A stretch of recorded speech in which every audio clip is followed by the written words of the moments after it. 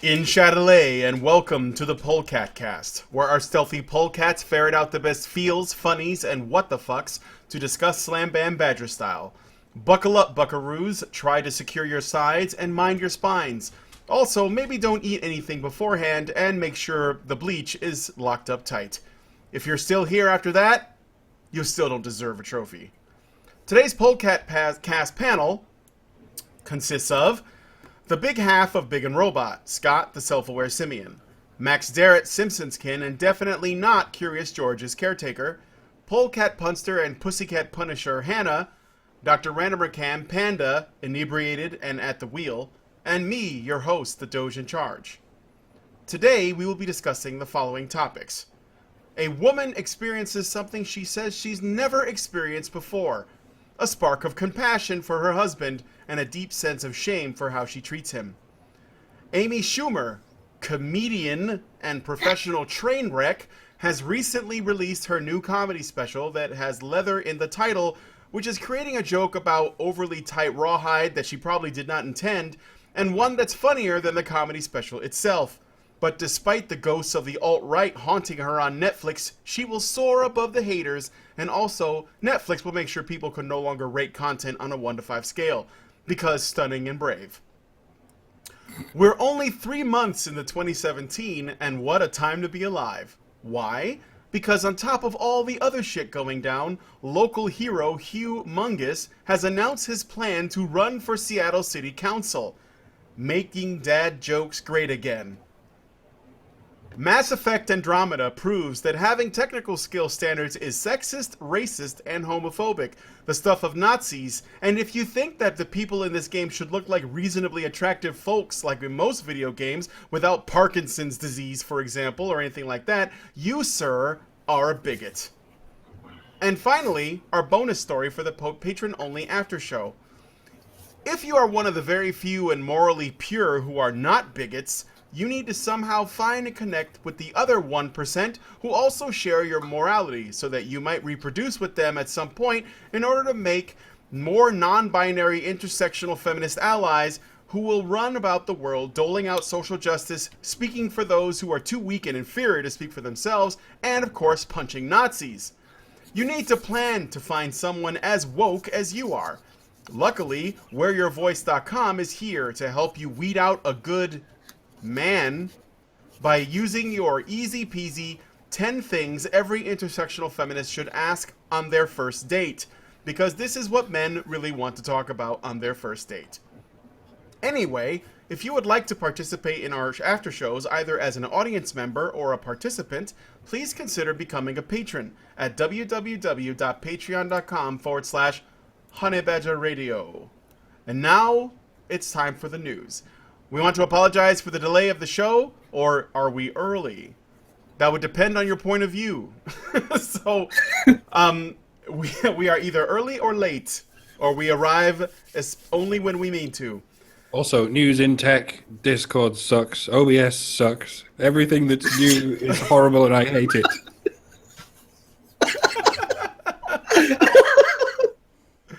It's true. I almost wish we were recording that whole thing, that whole ordeal earlier, so we could like play it back as a special clip or something. Oh man! All right, so why don't we get into the topics? Max, could you take us down with the next? That didn't come across correctly. You know what I mean, Max. You know, Randomer Cam, you're a doctor of many things, but not even you could dissect Discord. Anyways, ladies and gentlemen, I'm just joking. I love you, man. I only have 10... Something purple. Help. Yeah, sorry about that. I only have like 10 minutes on this show because I got to check out, unfortunately, but so many great topics. So I'll make the next 60 seconds as dramatic as possible. So... a website called thefederalistpapers.org recently came across a story from Tickled via Reddit. It's the tale of how a woman came to realize her words and actions towards her husband were negatively impacting the healthy dynamics of their relationship, particularly how honest and open they were with each other. The woman came to realize what she was doing when she berated her husband over picking up the wrong package of hamburger meat from the store.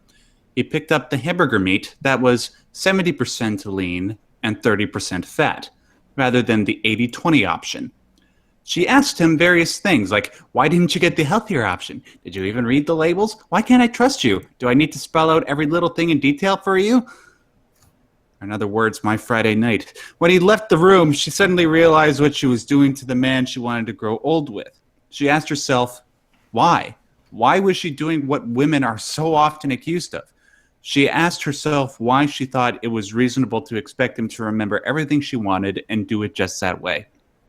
She came to realize that this constant nagging and harping that she was doing and that she saw her girlfriends doing to their husbands was sending a message that says, we don't respect you. Towards the end of the article, the woman comes to the conclusion that when things don't matter as much to her husband as they do to her, it's not a sign of laziness or an unwillingness to learn or that he doesn't care. After all, she notices when she makes significantly larger mistakes, her husband doesn't react in such an overzealous way. It's just that he's not concerned with the minutiae as she is. Badgers, have you read the full article, and where have you seen these types of events reflected in your own life or in the lives of others? Oh my god!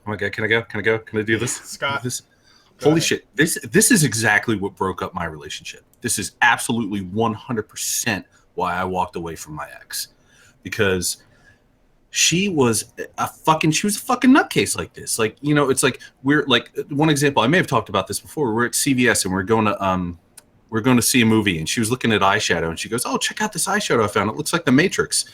And I was like, well, and she pulled out this stuff, and it was this kind of, it was a very gold kind of brassy green. And I was like, well, you know, it's more of a gold green than it is like a kind of limeish or kind of bright green and stuff. And she's like, what the fuck is wrong with you? I thought this was really neat. I just wanted to share it with you. And she started going on this fucking tirade in the middle of CVS. I'm just like, and I was just like, look, it's just not the same green. I mean, it's nice and all, but it's just not like, you know, I was just being very specific because as somebody who did graphic design, you know, you have to think about these kind of things. You think about the colors and things. Like, she's like, you're fucking colorblind. I think that's your fucking problem. She's going off on me. And like, this is the kind of shit that would happen all the time with us. Like, I was constantly on fucking eggshells to the point where I was just like, I realized I was like, holy fucking Christ, man. Well, I say this, and I don't mean to take away anything from anybody that's actually experienced this, but I felt like a battered spouse, which at one point I was with this person. And that's when I left, because I was just like, no amount of loving this person could keep me around for this kind of crap. But when you read this article, there's this one thing this woman says that's really, really telling. And she goes, the bottom line in all this is that I chose this man as my partner. He's not my servant. He's not my employee. He's not my child. And I was just like, you still don't fucking get it. You didn't choose him. It was a mutual thing. You obviously still don't fucking respect him because you're totally denying his part in this whole fucking thing. It's just like that. Oh my God, this when I was reading this just was like setting off triggers left and right for me, because I went through this for fucking 5 years, and it just, oh my gosh. I don't think this woman, like, she seems to have made this wonderful leap to Logicville, but I don't think she has. I still don't think she gets it. I mean, she gets it a little bit. But the fact that she's saying she chose this man as her partner and not like it was this thing of mutual love between the two of them, it's like, come the fuck on, man. Mm-hmm. Well, it might be that she's coming to terms with her own choices, which is usually the problem in these situations. Maybe, you know, she's been nagging him because she's been aware of his choices, but she hasn't thought about her choices. Maybe she just said it in a badly worded way. Or The bad turn of phrase. Yeah. No, that's true. That's a good point. That's a good point. I also want to point out, you're not taking anything away from anyone by talking about that behavior as abuse. That's abusive behavior. You were abused. If somebody's jumping on every little thing. And like when I talk about red flags that guys should be taught to look for, the same as a girl should be taught to look for them in a partner, you know, or a potential partner, one of them is the fact that if you can't disagree with this person without getting jumped all over, then this is not a potential partner for you. And it may not mean that that person's an all-around abusive person. It may not mean that they're like that all the time. It may mean that the chemistry between the two of you is so bad that this person behaves like this, and it's not your fault, and it's not necessarily an all-around behavior, but it's definitely a behavior that dooms your relationship in the long run. Yeah. And it was a matter of chemistry, though, because when things were good, they were fantastic, but when things were bad, they were fucking awful. Yeah, that sounds like you were with somebody who was maybe narcissistic or borderline or Well, one of she had those. she had chemistry issues, like personal, physical, actual chemistry Yeah, issues. Like, so like there was that. one of those one of those disorders where they have difficulty taking responsibility for themselves and difficulty with, like, if somebody can't be criticized and they can't be argued with and they can't be wrong ever. That's an esteem issue. That's Oh an yeah, issue where they can't feel good about themselves from learning from a mistake or from building their knowledge based on something that someone had to correct them on, and that's bad. Like, that's, and even, you should even be prepared if you feel like you're an expert in an area and someone who is clearly not an expert or who doesn't call themselves one gets one over on you with respect to you didn't know something that they did know, or you thought something was true and they found out it wasn't and could prove it. And people find that annoying and everything, but if the person you do that to goes off, that's a problem. That's a personality issue. Yeah. And if it's not a chemistry issue, that's a personality issue. And it could be anything from having a mood disorder to, like I said, borderline or narcissism, or like there's several different disorders that type of behavior spans. You should never be walking on eggshells around your partner. If you have to walk on eggshells around your partner, you're with the wrong person every time. affirmative. I agree with that completely. Absolutely. But you see, that was like I was saying, how it was like it was either fantastic or it was horrible. It was one of those things where like I became addicted to it.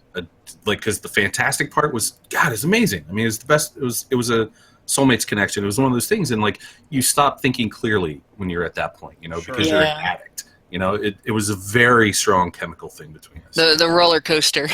Yeah, and like when it became physically abusive, at the end, that was just like she fucking punched me one time, and I was just like, yeah, I'm done. That's it. Over. You're gonna have to get the fuck out. This isn't happening anymore.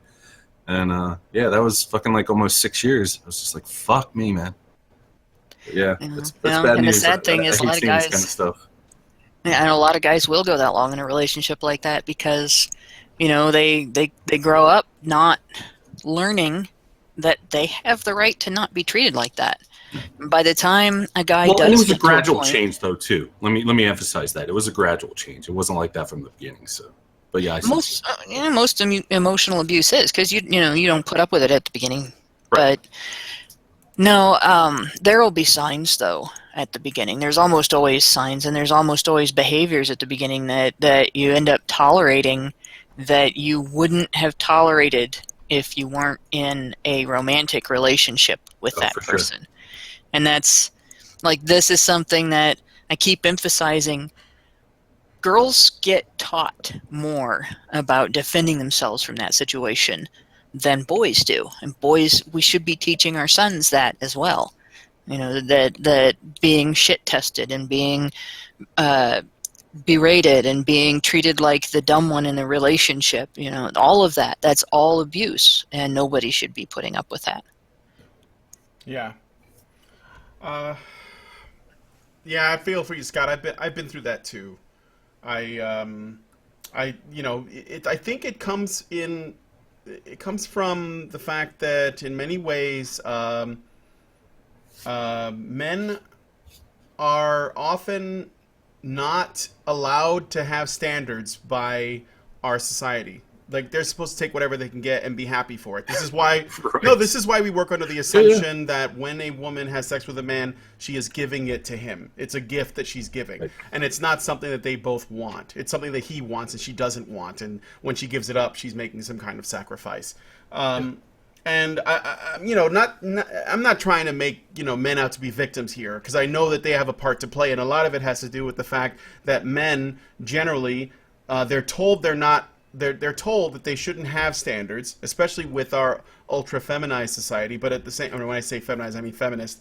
But at the same time, they don't have to listen to that, and they should hold themselves to some standards. So when a crazy woman says, "I choose you, Pikachu," you can say, "No, fuck off." And so because the thing is that, well, biologically speaking, it has been the role of women throughout history to choose. They are the ones that make the selections. And a lot of men, that's why you have a lot of men that court a small number, or I'm sorry, a lot of men that court the same woman, and that woman gets to pick from the lot. Whereas the reverse doesn't usually happen. You don't usually get a case where you have a lot of women courting the same man, unless that man is like extremely high status. But that's rare because most men are not like that. So in a way, it's accurate that women choose men, but the other side of that is that men don't have to take whatever, when a woman says that they have chosen you, whether they mean it in a, you should feel lucky kind of sense, or in a, I'm trying to make the best choice for my future, because a woman that, the reason why women choose usually is because they're the ones that, they concern themselves with the risks of raising a child, and they want to make sure that the father is the most, the best for raising children. In that, that's just our sort of lizard brain stuff, when we do that. It doesn't mean that every woman wants to, make babies with every man that she comes in contact with, but this is sort of where that programming comes from. So I guess what I'm saying is, in a way, it's true. Women do choose. The saying goes, men propose, women dispose. However, I think that men should also, they need to start having standards. And not necessarily, because, a lot of times men do have standards of attractiveness. Like they say, oh, she's hot enough, or she's not, or whatever. But they need to have standards of what, like, personality. And that means treating women like peers and holding them accountable and respecting them enough. Brian. I know. And respecting them enough to treat them as people that you think, should have a standard of behavior. And if they act like cunts, then you could do better than that. You have to do that. So I tell you what, man, women do not like that. I've been in the position, and it's not trying to sound like, conceited or anything, but I've had my pick. Like when I was growing up, for whatever reason, maybe I just put out more testosterone pheromones or something. I don't know, but I've never had a problem with girls coming after me. Sure. And when you fucking tell a girl you don't want her, when you fucking spurn a woman, they will be a fucking nightmare. Holy shit. I've literally had girls who have stalked me for months. Like when I was in my 20s, I had this girl, Shannon something or another. This girl fucking stalked me at my work, at fucking school. I mean, just crazy shit. And this wasn't even the first time this had happened. I mean, you spurn a woman and she will fucking, they can get nasty. Mm-hmm. I mean, maybe she was just unbalanced or whatever, but it's just like. I've seen my brother go through that too, and I've seen some of the guys that I've been friends with go through that. And even if a woman leaves you, and you go out with someone else after she's left and gotten together with another person, there are a lot of women out there who get pissed off about that. Right. And I've been the next girl in several relationships where the girl who left and moved on to another guy got mad when she found out the guy she left, and to move on to another guy, by the way, was dating somebody else. All of a sudden, and they'll target the guy and they'll target the gal, and they can get away with it. Yeah. That's the reason why so many women act on this. It's like everybody is, wants to feel important to other people. Everybody wants to feel like, if they leave, the other person's going to miss them. It's not so much an intent to hurt other people as it is an ego thing. Yeah. And there are women that'll take it to a degree of wanting to hurt the other person with this bragging about the broken hearts they've left in their wake and that kind of thing. But the reality is, women who act on that stuff act on it because they can get away with it. And what needs to change is the accountability standard that men are held to, where when a relationship is ended, it's over, and he's supposed to move on and shut up and not bother her ever again unless she wants him to. And then he's being rude if he doesn't, right? Women need to be held to the same standard, of you walked away, you're done, you leave them alone. And it needs to be the same legal standard. If restraining orders are going to work for women, they need to work for men too. And if we're going to encourage women to take restraining orders out against their exes, we need to be encouraging men to do it too, or we need to stop encouraging women to do it. And it needs to be enforced.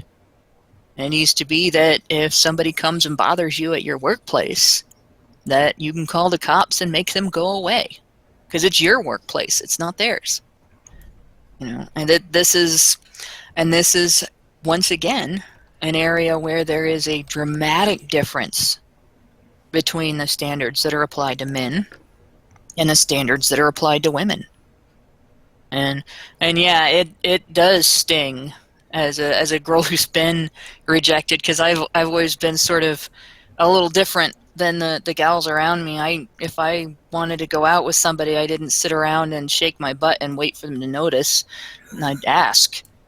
And some guys were interested, and some guys were not interested, and some guys were dating other people and said so, and it stings. But what it does is it gives you, if you have any brains at all, it gives you a respect for what a guy goes through, being expected to do that, walk up and ask. And like I didn't have to do that. If I wasn't willing to take the risk, I could have sat around, waited, and then bitched if a guy didn't notice, But guys don't have that option. Yeah. And it's the kind of thing that needs to change. For sure. The other thing is that I noticed what this story is about is essentially this woman is realizing that the stuff that she makes a really big deal about, that she nags her husband over, when she's in the moment, she thinks that they are the only things that matter. So when he buys the wrong kind of meat, or if he, doesn't put the dishes in the right place when he's washing them, or whatever little thing it is, she flips out. She completely flips out. Or at the very least, she becomes extremely, elevated. Yeah, elevated. Like in a way that most people would be like, that's not a big deal. Why are you freaking out over that? Yeah. But I wonder, because she acknowledges that her nagging and her essentially her henpecking or whatever is needless when she takes a step out of herself and looks at it, and she realizes all the good that her husband does for her. He knows how to change the oil in my car. He can reinstall my computer's operating system. He lifts things for me that are too heavy for me. He shovels a sidewalk. He can put up a ceiling fan. He fixed the toilet. All these little things that he does without complaining. And he also doesn't freak out at shit that she does, where she's let his tools rust in the rain because she left them outside, or she burned dinner when she was cooking and he said, well, we'll just order a pizza. And it makes me ask myself, is nagging something that is, God, I don't want to get too much into learned behavior, I think. I think it is, but yeah. I don't want to get too much into any biological determinism, but it is a trait that is more commonly associated with the feminine. But I think it's because it's effective, because men will respond to it. It's almost like it might be a nature plus nurture area. Yeah, exactly. It's almost like, well, think of it like this, because I can understand this because I've been nagged before, and I know it's happening. But the only thing that you want to do when that's happening is you want to make it stop. It's almost like it's hitting this octave that affects your brain, and you're like, it's like a dog whistle. Or like a baby crying. Like a baby crying does the same thing. When a baby's crying and you can hear it, you just want to stop it. Like a human crying, it's not as upsetting as when a baby is crying. And I think a woman's nag it works the same way. I think it's like on the same. Yeah. It's like an instinctual type thing. It hits that note, and your brain goes. Yeah, you're like, well, there's oh, a God, difference. Make it stop. Like a baby crying tears your heart out. Yeah. A woman nagging. I've been nagged too, and I'm not going to say that I don't nag ever, because that's not true. Everybody that knows me would be like, yeah, right. But no, woman nagging doesn't tear your heart out. It rips your spine out. Yeah. And it's embarrassing when I realize I'm doing it and I hear it and I'm like, oh my God, that's me. I sound like that? Oh my God. And I make every effort in the world to not do it, and it's not because I'm woke or anything like. No, it's because my mother told me not to. Well, and two, Like- it's a form of communication that's not constructive. Right, and one of it's those things that's also when abusive. we're angry, yeah, and like when you start screaming at somebody, they stop listening to you. All they're hearing is rah, rah, rah, rah, rah, rah, rah. You're not communicating at that point. Well, there's It's another kind of form. dynamic. There's another form of nagging, and it's one that I like. It's this is more my style, and it's not. It doesn't take place all at once. You mentioned the thing, and the thing may be something that needs to get done that you can't do because it's in somebody else's name or whatever. So you mentioned the thing. It's got to be done. And then you walk away from the mention, you're done, and the next day you mention it again. And the next day you mention it again. Or if you mention it and the answer is non-committal, you quietly mention it again. And it's not yelling and screaming. It's like somebody coming up and tapping you on the arm, and they don't stop tapping until you answer them, even if they can see that you're doing something that you really need to focus on. Like a little kid does. Yeah. And like I've Chinese got water torture. I got a close friend that does it, and she'll do it all in like a 5-minute span, and she'll mention it, and it'll be acknowledged that she mentioned it. Oh, okay, I will take care of that. And she'll say it again. Okay, I heard you. And she'll say it again. And it's like the guy that she's with is the sweetest guy, and he's huge.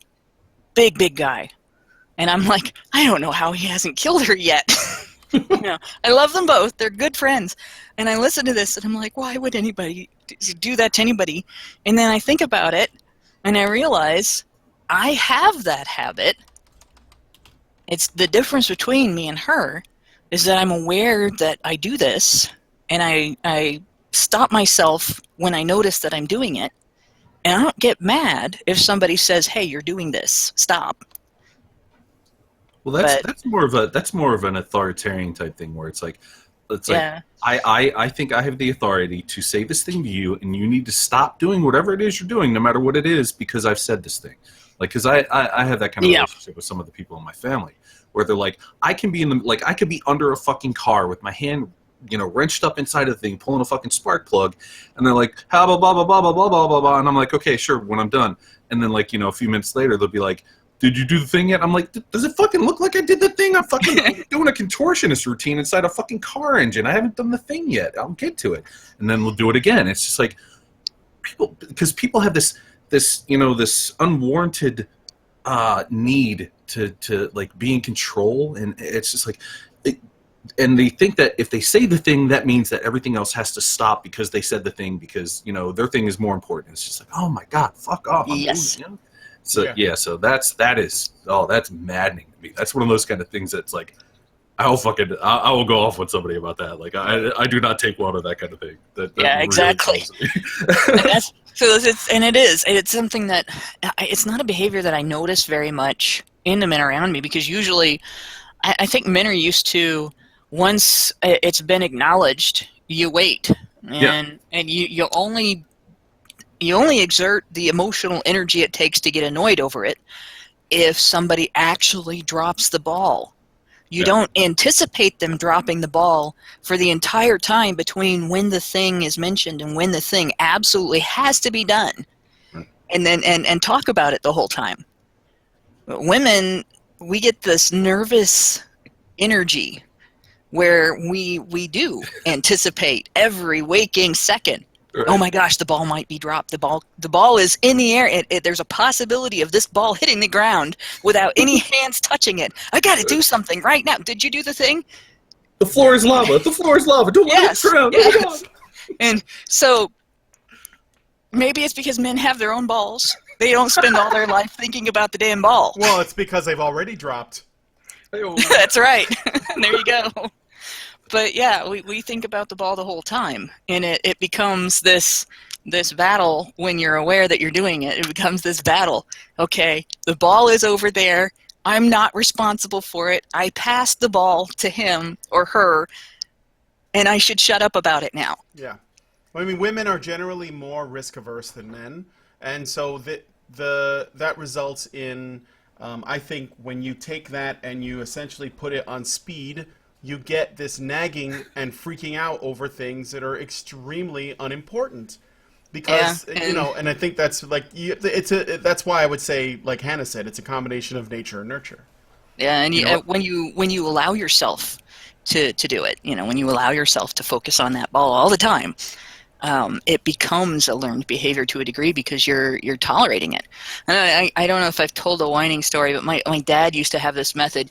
Like he was never keen on being a disciplinarian to the degree of like everybody around him, oh, spare the rod, spoil the child. He didn't really like seeing the kids cry. So his discipline was much more creative, and it was much more educational most of the time. But when you get back into the early stages of life where the child, you can't explain things to, for instance, an 18-month-old, and your 18-month go, oh, okay, well, then I will stop whining, and so his deterrent, he had this you know how when you flick something with your finger to get it off of your desk or whatever, he would very gently do that to the upper lip, and it was an attention breaker. It didn't hurt. It wasn't something that was going to be damaging. It just really got your attention. It was very annoying, but it just really got your attention. And this sort of trained both my brother and me. We didn't whimper the way you hear a lot of little kids whimpering. Like we would communicate or we would do. We didn't sit there and like little kids do. Wait, was that Hannah? How'd that go? Yeah, I don't know if I can do it again. But it was, you've heard them. They have that sniveling, wimpy little whine. And like most kids do this until they're well into their speech years. And my brother and I never understood why the other kids did it. And it wasn't until we had kids and Dad taught us that trick that we understood why we didn't. And it's one of those things that, to compare this to nagging, the more you face that, oh, well, okay, so I can't take my attention necessarily off of the ball. It's going to be there in the back of my head. But the more that you face that I don't have to talk about the ball mentality, and you force the issue, I'm not going to talk about the ball. I'm going to go focus on this thing over here. Yeah, the ball's over there. And I'm still going to focus on this thing over here. The more you do that and the more practiced you get at it, the easier it becomes. And the less you have to focus on that ball that you're not holding anymore because you've passed it and you're not responsible for it. They are. You know how I deal with it, Hannah? I came up with this is the easiest solution, and this is something I still do today. Whenever somebody asks me to do something, I tell them to write it down. Because like there are times when I would just walk away from something and forget it. So I'm just like, if you write it down, I have a tangible thing in the real world that is saying, all right, these are the things that need to be done, and we will get to them at some point. This is the list. So I'm always like, somebody's that like, is my response every time. Yeah, that's the best way. Hang out. Absolutely, just write it the fuck down. Yep. All right, like going to the store, give me this thing, write it down. You wrote it down. It's on display. You can forget about it. Okay, so before we move on, I just wanted to say one more thing about nagging. That I want to see if you guys relate to this, because it really, really, really, really annoys me. I don't mind if people nag me about stuff that I can actually change, that I can do something about, fix something, clean something, pick something up, whatever it is, right? But when something is out of my control, or the time has passed, or something, and there's like an incident with it, and people nag me about that for like long periods of time and don't let me forget it, that annoys me to no fucking end. I just want to throw that out there. Nagging about shit that I cannot control, that is outside of your hands, is really annoying. Like, what is the point of that? What is the point about that? It's to make you feel bad for letting it happen. Yeah. It's guilt currency is what it is. Yeah. It's like, oh, you didn't do this thing that I wanted you to do, so now you got to feel bad about it. Or it's just about... And buy me flowers. It could be something that you had no hand in doing at all. That you could have prevented if you knew about it and you had the resources and you were equipped to stop it, but you couldn't, Like, and then you're being made to, there's like people are bitching and moaning about it, and it's like, well, what do you do about that? Like, I don't understand how people can't just get on with their life. Like, if you can't control something that happens, you just adapt to it. It's like, okay, now the world is different. This thing has happened. My world is a little bit different. Let me move on. But people can't. See, that's the difference between you and a control freak. Yeah. Yeah. You know, and not saying that all women are control freaks in the common usage of the term, but all women are control freaks to a degree. Yeah. There's at least some, and like we all deal with it in different ways. Like with me, when there's a change that I am averse to that happens in my life, I will spend a couple of minutes freaking the fuck out over it. Oh my God, what are we going to do? This is horrible. How do we deal with this? Here's the plan. You know, but I have to go through all that other shit before I get to, okay, here's the plan. I cannot get to, okay, here's the plan without freaking out first. I have tried. I have done everything I could possibly, and sometimes I do it silently. And you'll see me sit there and take a deep breath and let it out, and I won't say anything. And then I'll start with, do you have any ideas, or here's my idea, or whatever. But that freak out happens first every single time. And I'm not saying it's necessarily specifically a female thing or only a female thing. I mean, I know guys that do it too. But I will bet you, if you've seen people do it in your life, you've probably seen women do it more, and you've probably seen them do it more dramatically. Yep. Or in more circumstances where it's uncalled for. Or it's brought up as a problem that you get nagged for something that you didn't do. Then you do it. Okay, I'll go do the thing, or I'll fix the thing. But you still get shit because it happened like it was necessary in the first place to actually change the thing, even if you change it. Oh my God. Okay. So we got to end this here because this is actually, we got to move on to the other story. Yeah, we can make a whole show out of this. Yeah, we can go back to what I was saying the other day about the toilet seat. I can go on to nagging for a long time. But Scott, why don't you tell us about Amy Schumer? All right. But my vagina. Joke thief, rapist, Macy's Thanksgiving Day Parade balloon impersonator, and all-around repugnant individual Amy Schumer is back at it again with her third televised stand-up special dubbed Amy Schumer, The Leather Special. In her special, Schumer does what she's become rather infamous for. Joke about how gross her body is. Well, that's not hard. Am I right? Oh. Critical reception of Schumer's special has been abysmally negative, as shown by the one-star ratings it currently has on Netflix. But this has only emboldened Schumer, who believes the poor rating to be the work of trolls, alt-right trolls to be specific. Schumer stated the alt-right organized trolls attack everything I do. They organize to get my ratings down, meeting in subreddit rooms. Schumer seems incapable of understanding that the possibility exists that there are people out there that just don't find her funny and are voicing their opinions. However, Schumer is grateful for her alleged trolls, claiming their lies make her feel so powerful and dangerous and brave. The jury might still be out whether women are funny or not, but Amy Schumer most definitely isn't. Deal with it. You know, the vast right-wing conspiracy allegation didn't work for Hillary Clinton in the 90s. Why on earth does Amy Schumer think stealing it is going to work for her? Well, she steals stuff all the time, and it's worked for her so far. Zing! Zing! Hold on a second. I gotta celebrate Sick that. burn, bruh. I wonder if she's going to steal the rest of Hillary's campaign and political activity and become a miserable failure. It does nothing but walk into the woods and meet people.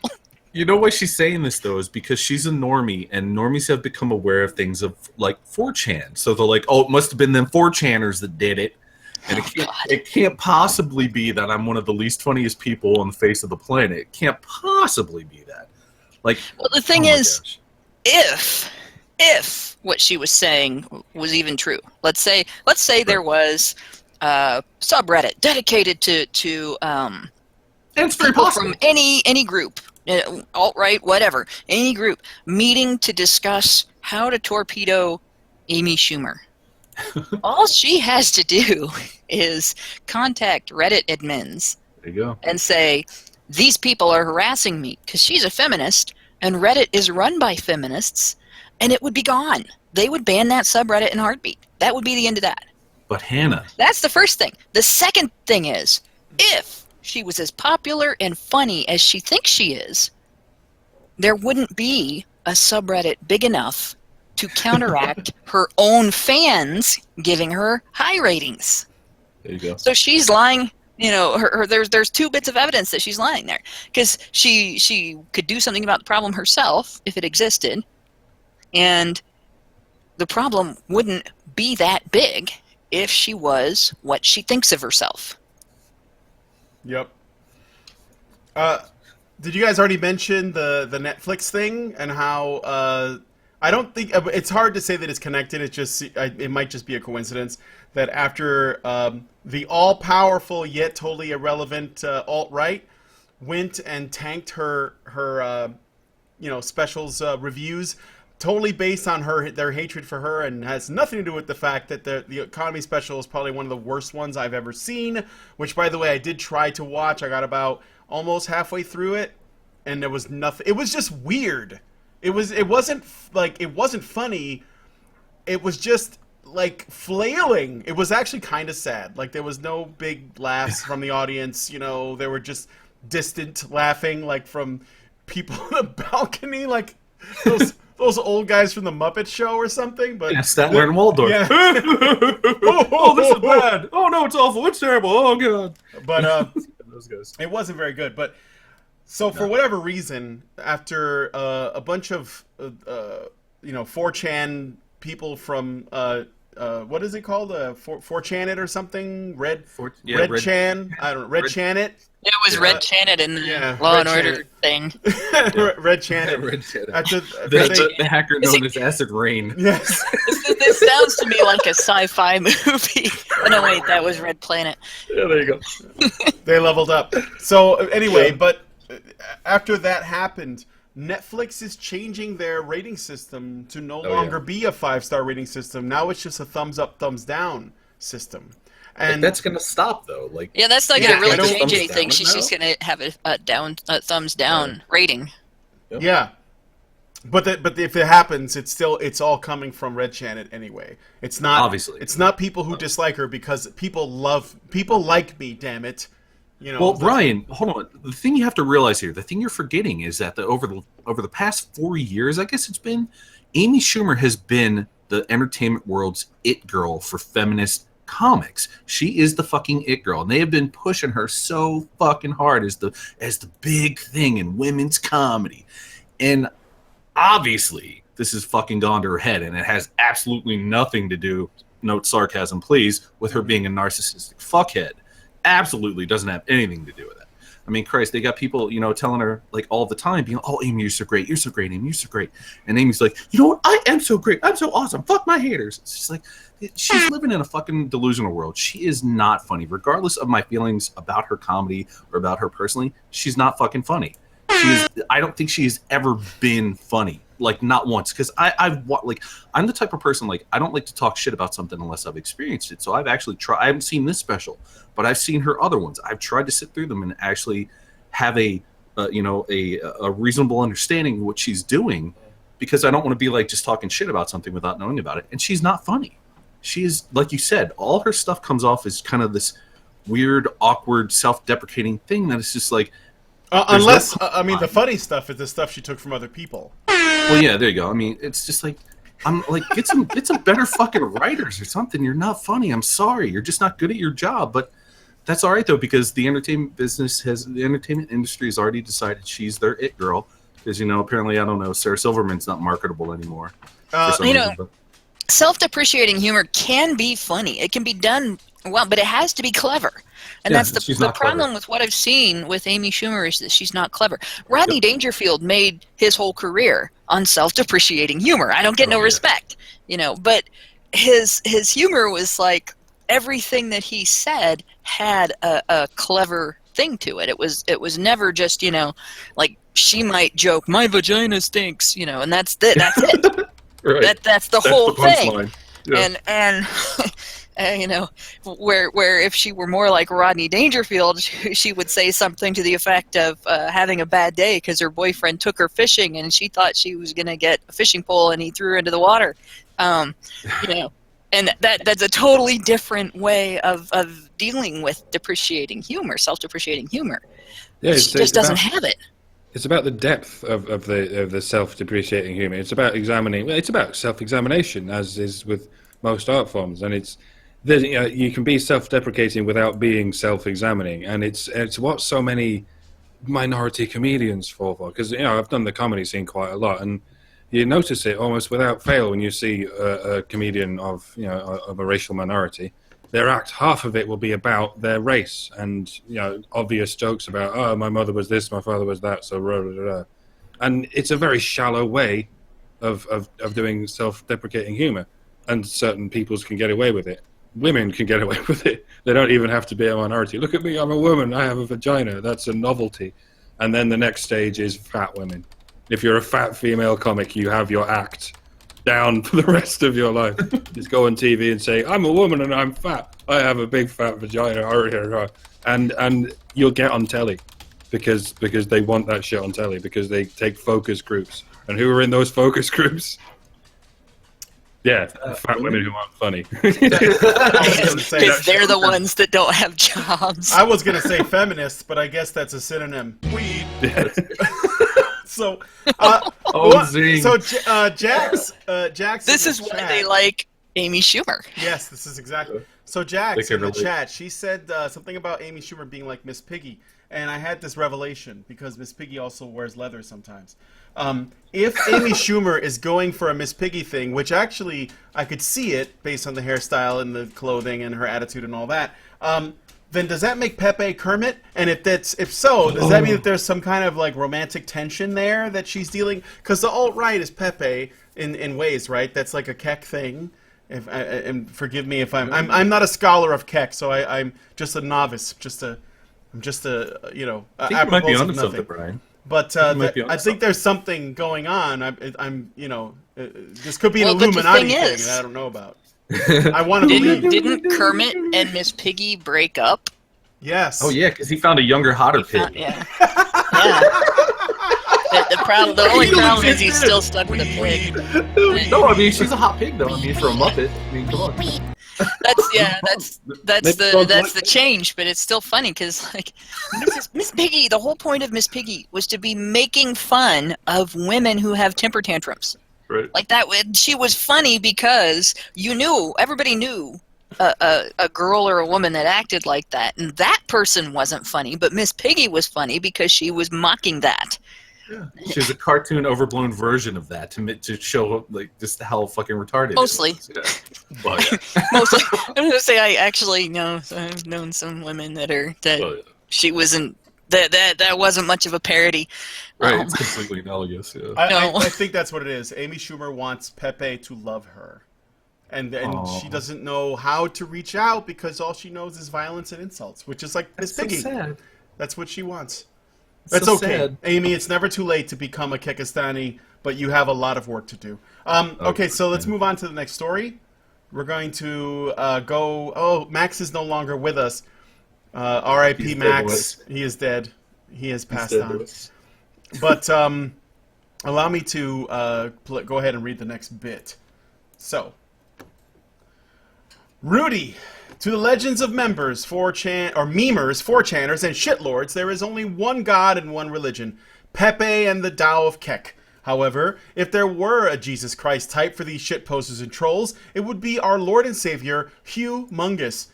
Humongous what, you say? To that I reply, ha ha ha. Everybody listening to the Polecat cast should already know who Humongous is and how he was accused of sexual harassment for making a dad joke. Is that sexual harassment? Recently, the man found himself poverty-stricken, but was given $150,000 in donations on account of a fundraiser promoted by H3H3 Productions. Now, according to Heat Street, Rudy Humongous Pantoja is making good use of his blessing and is running for Seattle City Council. He is running for the 8th seat on the council following the incumbent's retirement. Although he is going to be facing some stiff competition, including but not limited to somebody named Mac McGregor, aka the Gender Sensei. No, I'm not kidding. If he's running against Mr. McGregor, all he needs to do is get some rabbits and let him loose in his garden. He'll be all right. Might this be the center of another win against the regressive left? Will this be a more localized version of Brexit? If Humongous wins the seat, will Humongous nickname the gender sensei Big Mac McGregor as an intimidation strategy? Let us discuss.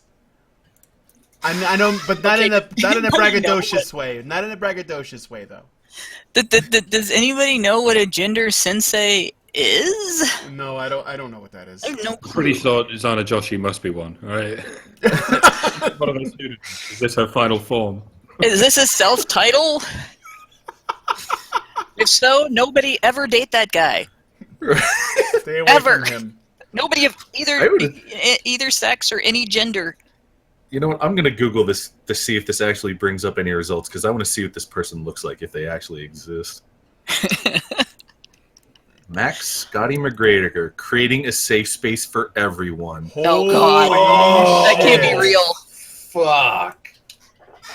The gender sensei, there it is. Oh, jeez. Oh, fuck, this is a real thing. Oh, the website we're trying to reach is temporarily unavailable. Oh, darn. Holy shit. Oh, wow. No, this is a real... Oh, wait, they have videos on YouTube apparently, too.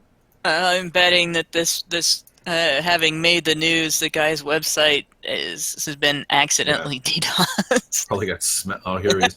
Oh, Mac McGregor is known as the gender sensei. He's a transgender writer and advocate. Excuse me. And that's it. That's all I can find.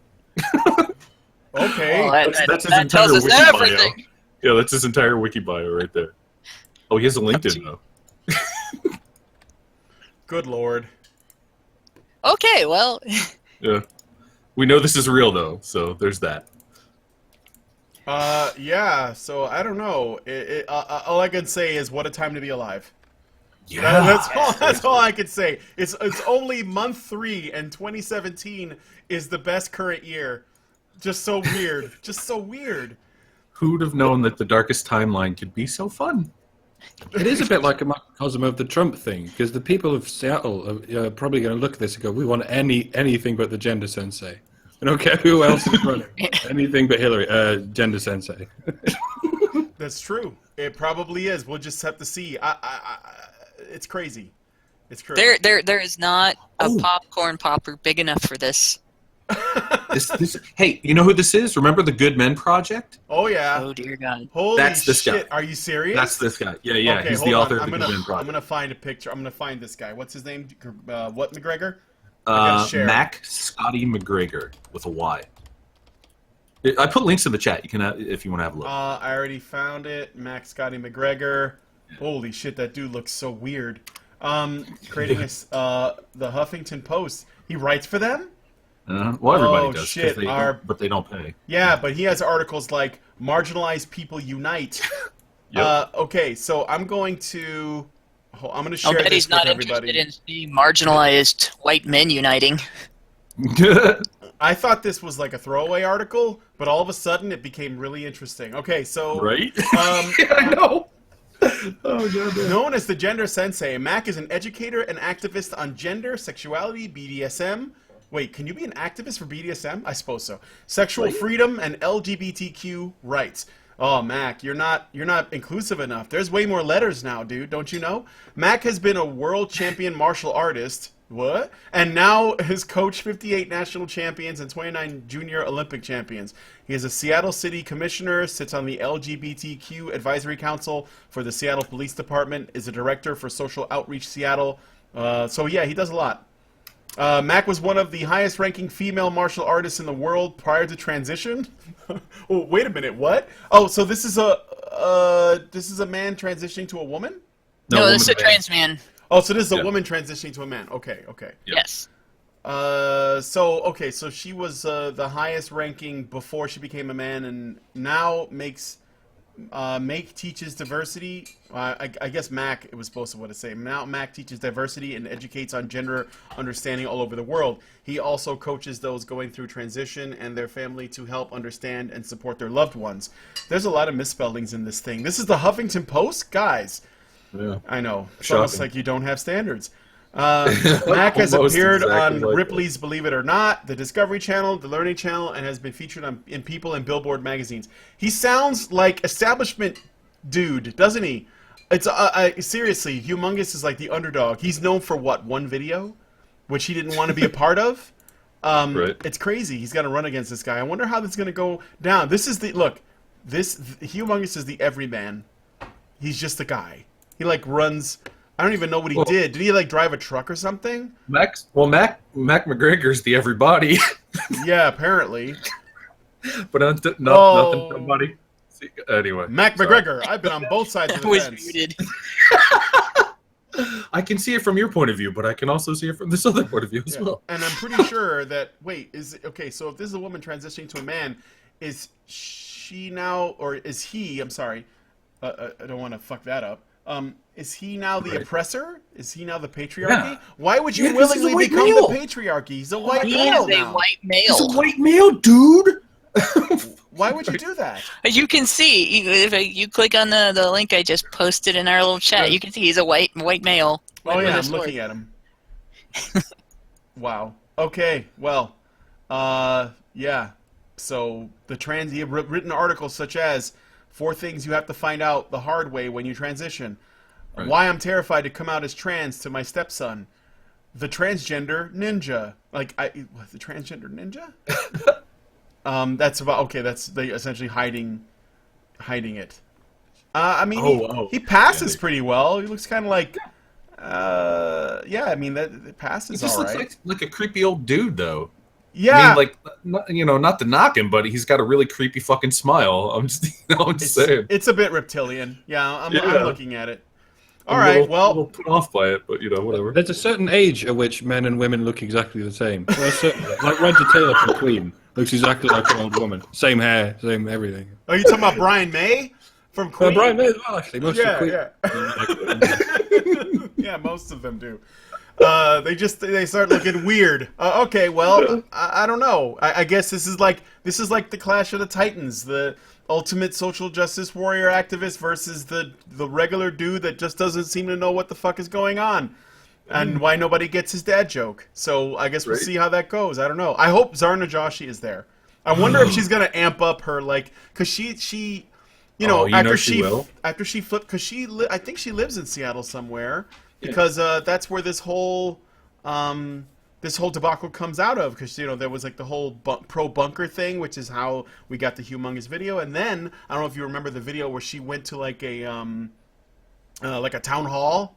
And she got to speak on the microphone, and she basically just said, "You're all oppressors, racist, token, etc." And just you never saw that, and they had to they had to escort her out. She was like, "Don't touch me! Don't touch me!" Yeah, I mean, Yeah, she didn't stop talking like the whole time they were escorting her out. She was still going on. And then she made her series of videos where she looks like an insane person into the camera and talks about crazy ass shit.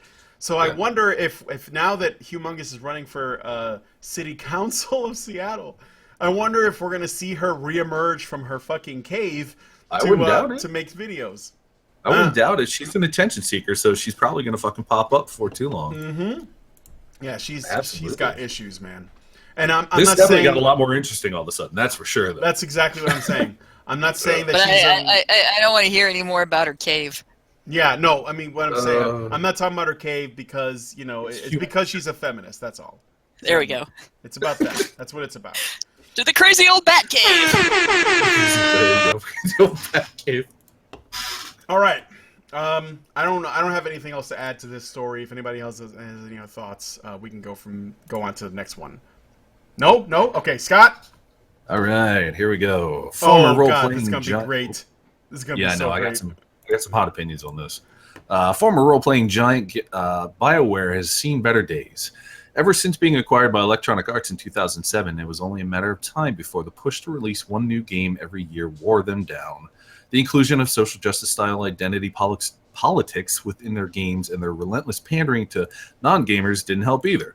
Many had hoped that their upcoming title, Mass Effect Andromeda, would be a return to form for the once great company. But alas, it appears that won't be the case. Andromeda drew heavy criticism early on for wonky-looking character models and stilted animations, but as more gameplay footage came out, things only got worse. Once the 10-hour preview unlocked for purchasers, montages sprang up on YouTube showing off just how bad the finished game looked. Teammates clipping through floors, broken animations, and incredibly cringy dialogue were just a handful of the complaints registered. Worse yet, it seemed that the character creators was set up was set up in such a way that creating a custom player character with light skin was impossible, as the lightest shade that could be achieved was an olive tone. Some have suggested that was done on purpose, a theory given some credence by the fact that one of the designers of Andromeda, Manbear Air, is openly anti-white. After some digging, it was revealed that lead facial animator for Andromeda was Ali Rosemarie Leost, a female cosplayer with little experience in the way of animating games. Gamers who felt unqualified animators had no business working on a multi-million-dollar AAA title, regardless of gender, voiced their concerns to BioWare. Sadly, Jesus Christ, I can't speak. Excuse me. Sorry. The rightfully concerned were overshadowed by indifferent trolls who only wanted to fan the flames. Soon the tired-old harassment narrative was fired up, and article after article came out decrying evil, misogynist, Gamergate supporter gamers for targeting another woman in being in gaming, while shunning all the valid concerns levied at BioWare. Trying to pull damage control, BioWare stated that Leost was not the lead animator of the development team, which is strange because she claimed she was on both her Twitter and her resume. Regardless of the technical issues, it seems that Mass Effect Andromeda just isn't a very good game. Even progressive outlets such as The Verge and Rock Paper Shotgun struggle to find ways to complement it, while other outlets are being much less charitable. Overall, it feels like Andromeda may just mark the beginning of the end for BioWare as a company. And unless I'm mistaken, I'm the only one here that's played it. Yes, I haven't played it. I just saw a bunch of the videos circulating showing the animation stuff, and then I watched one review, which was actually pretty positive. So I don't really know, like again, I'm going by what people are saying, but I haven't played it myself. No. Well, I guess let me start this one off then. I played it. I got I did the 10-hour preview thing, and I played about 7.5, 8-ish hours of it. And I went into it, I had friends we were talking about. I was like, well, I'm gonna try it out. And they're like, oh, God, why are you even going to fucking bother? And I'm just like, because I want to know. I want to educate myself on the subject matter before I go talking shit about it. And because, as funny as like all the things that you see, all the GIFs and all the little, clips that people are putting up, it's another thing to actually see it happen. Like when you're actually playing a game and you get a feel for the game and you can actually, see the context outside of just the little, 15-second clip or whatever it is. And of the 7 to 8 hours that I played, the game is really, it's bad. It's not a good game. Really? It may get better later on, but it's not a good game. The dialogue, I saw somebody tweet this, and I was like, it was so succinct and it was so perfect that it makes my face tired, is what you're saying. Well, that's one of the things. But somebody had said that this seems like it was written by somebody on a fanfic site. Sure. The game, it's fucking terrible. Within the first 2 hours of the game, they throw away all the continuity of the first 3 games, just fucking gone. Like, I don't want to give away spoilers besides that, but like all the things that came before it, fucking gone. Never existed. Didn't happen. So there's a lot of things from the first 3 games that are going to make reappearances, basically. The dialogue is terrible. The facial animations are fucking awful. We've seen that to no end. Character animations are really fucking bad. The game, and here's the thing though. I think the game was in development for basically 5 years, and I think they got to the point where they're like, fuck it, we got to get this thing out the door. We got to hit our quarterly sales, goals, yada, yada, yada. This thing's been working for 5 fucking years. It's got to get out, And I think that's why it pushed out in the condition it's in. But the problem here is when people started going after this girl that's the animator, there's no fucking reason for people to have done this. If you want to say something bad, if you want to say something to BioWare, say it to fucking BioWare, the people that hired her. Like, so this is the thing that kind of drives me crazy about this is people are, people are sharpening up their fingers of blame and they just want to fucking poke somebody and see blood. Do it to the management. Do it to the people that hired this person. Do it to the game company themselves. Tell them you don't like this. Tell them this is not acceptable. And tell them by not buying it. Don't fucking attack people, because this is one person within a team of hundreds of people that are responsible for this game coming together. And this is made my fucking head hurt at the stupidity. And then we have the fucking dipshits over at the fucking Ralph retort fucking Christ, I hate even. I feel bad for even fucking bringing up their fucking name because they don't deserve the airtime.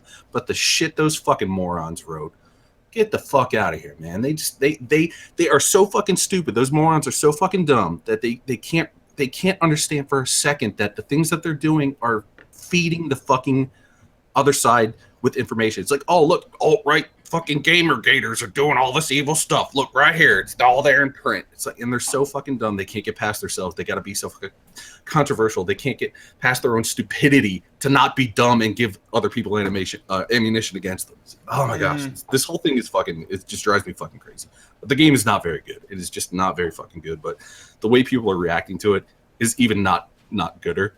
Yeah, it's worse. I don't know. Yeah, I agree with you on going after the animator. Look, I think that she's just really, really unqualified to be working on a project of this caliber, like something that has the following that Mass Effect has. This franchise is enormous. This is like, that makes a lot of money. People are looking very much forward to this. For BioWare to hire her, and I mean, there is some, talk about it being a diversity hire or a quota that they're filling. And considering that, I mean, I spoke to some people that claim to work at BioWare, and they said that while Manveer Air, is that his name? It's true that he's clearly like a piece of shit that, hates white people and he's vocal about it.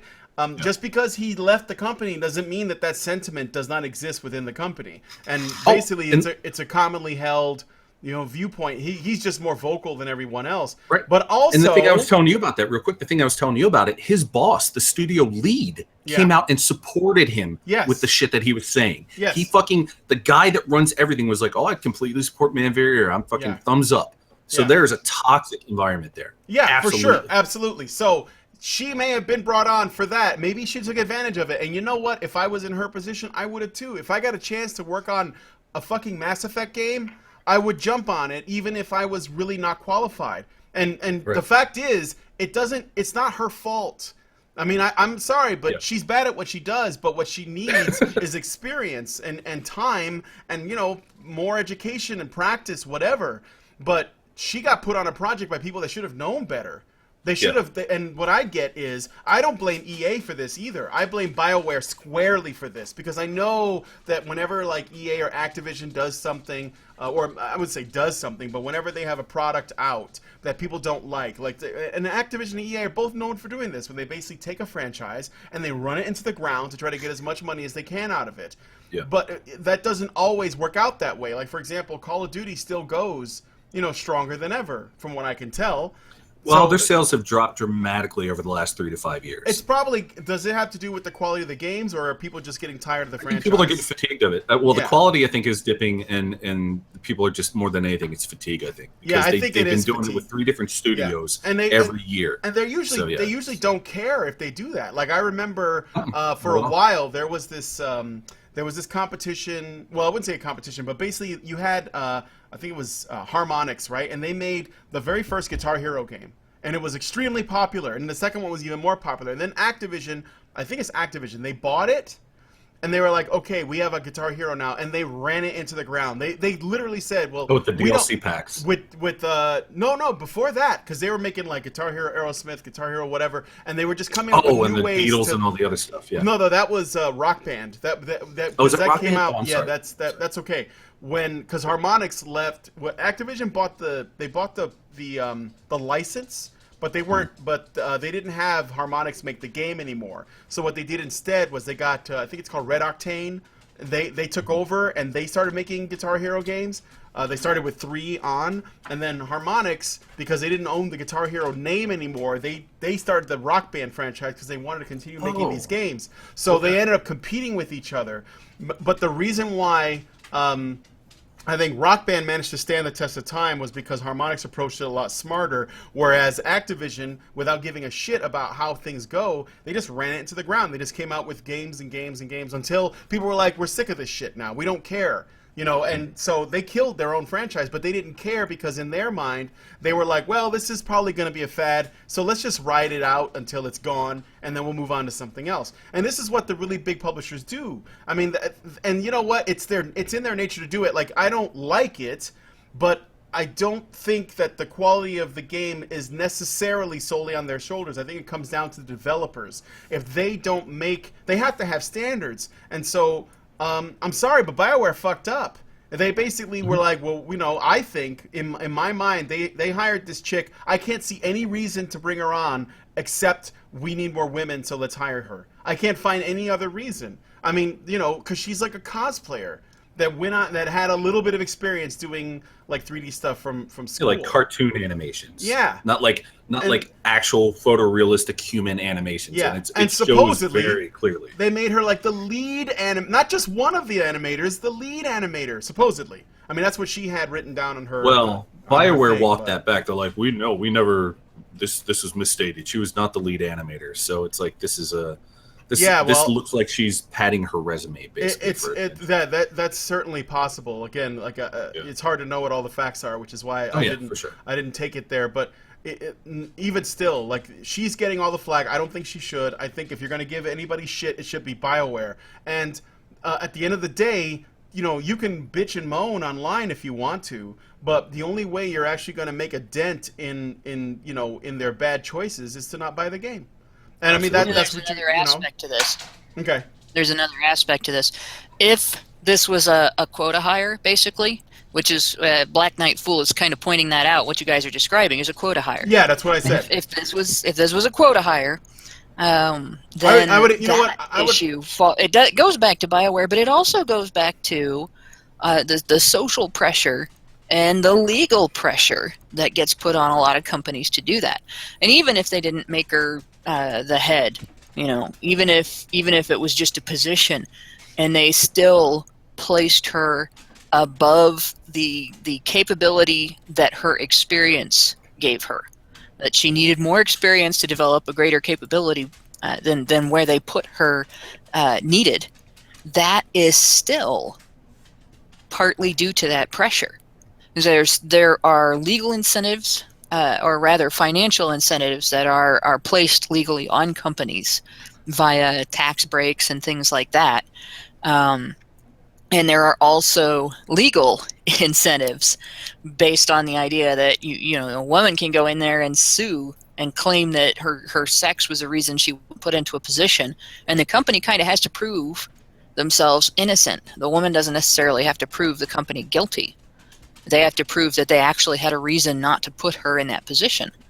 And so this is a situation where, like, BioWare may be at fault for this to a degree, but the greater social issue surrounding feminists pushing for women to just be given things rather than earning them, and women to be promoted above their capability or above their development in their career, you know, those things are at fault as well. And this is an example of what can happen to a woman who is put into that position. Like, people are not happy about the work she did. Yeah. Okay, that is not just a problem for the people that are not happy with the work. That's not just a problem for the company. It's also a problem for her. And it doesn't matter whether, you know, it does matter that it was shitty and stupid to send people after her, to target her. That was shitty and stupid, and it's not really necessary. I'll agree with that. But having put her in that position in the first place is part of the problem. None of that would have happened if, say, she'd have been hired on for something and put into a position that matched her, instead of promoting her above or outside of where she had her career had developed. Yeah. Yeah. Well, and another aspect of this too is like, it just purely financially speaking, games are not cheap. All right, games are not cheap for people to invest in more than to invest in more than maybe like 4 to 10 AAA tier games a year. That's a big fucking investment. You're talking like anywhere from $45 to $120 to $180 in some cases. So this is not cheap. So there's this expectation among gamers that, if I'm paying you for a product, it should be finished and it should work right. It should look good. It should, it should meet a certain standard. So this is, That's a crazy idea, Scott. That's a crazy Yeah, idea. I know, right? Accountability within your work. Yeah, it's like I'm paying you for this thing, and the thing should be good. It's so nuts, you know? No, but the idea that entitles people to kind of go after this girl was the thing that kind of got me kind of irritated, because I'm just like, well, that's not going to fix anything, though. That's just Exactly, it doesn't exactly. it doesn't solve the problem, and I think that's what it got. This goes back to the thing I was complaining about with nagging before. When you're complaining at the wrong people to fix something that cannot be fixed, you aren't Right. actually there's no way they're going to patch this game and fix it. There's no well, they've way. already said they're not going to. No, they can't. though. BioWare's already said. I mean, the only thing BioWare could do Oh, yeah. is build the whole thing from the ground up and give it away for free. That's the only thing they could do. That's all they could do. And it's not going to happen. So, and they're because this is what's going to happen. You're going to get a bunch of people that buy it, and they're going to talk themselves into thinking it's fine. And that's going to be enough people, maybe. I mean, this is best case scenario, is there are enough people that do that, and that actually, BioWare breaks even somehow. But there are people saying that this is it for BioWare. They're done. Like, this is one of those, This is not a doom. This is not one of the doom scenarios. They're too. Honestly, it's almost a fact of too big to fail. But here's the thing, though, it like to precipitate that happening. Fucking, if you bought the game, return it. Fucking return it. There are protections in place currently where you can actually return games and get a full refund. Exercise that, or don't buy it in the first place. This is, there's something that's been happening, and I forget who was it, Blizzard or it was Bethesda. Bethesda said they would not be giving out review codes to review sites until 2 days before the release. Basically, they've set this embargo where it's kind of it's a physical embargo as far as as opposed to okay, you can't do it until now. It's like, okay, here's the thing, now you can go. And what this does is this creates a problem wherein you give somebody a game and it's 2 days before the release and they have to review it. They're going to fucking rush through it, and it's going to fucking create a really poorly done review. And this is kind of this is hurting gamers in the long run, because you're kind of handicapping the review process, and in turn the consumer is less educated. And so I fucking lost the plot again. God damn, I should have written it down. Fuck me, I forgot where I was going with that. Fuck. No, it's all right. You know what? I wanted to say something else about this. I wouldn't even go I would go further than calling this a quota, because I think this is more like a virtue hire, like a virtue signaling hire, because a quota is usually enforced by some kind of institution outside of the company. Like, they're basically saying you need to hire this many people of this group because they're not represented enough, and we're going to make sure that you do, and we're going to penalize you in some way, fines, whatever, right? So those are forced from the outside. There might be companies that don't want to do that. Are you guys still there? It's super quiet. I don't know if... Are you guys there? Hello? Oh, yeah, I'm here. No, All yeah, right. we're listening. All right. But this is not... I don't think this is what that is. Because if BioWare was being forced to do this, they would probably still try to seek out the most qualified people first.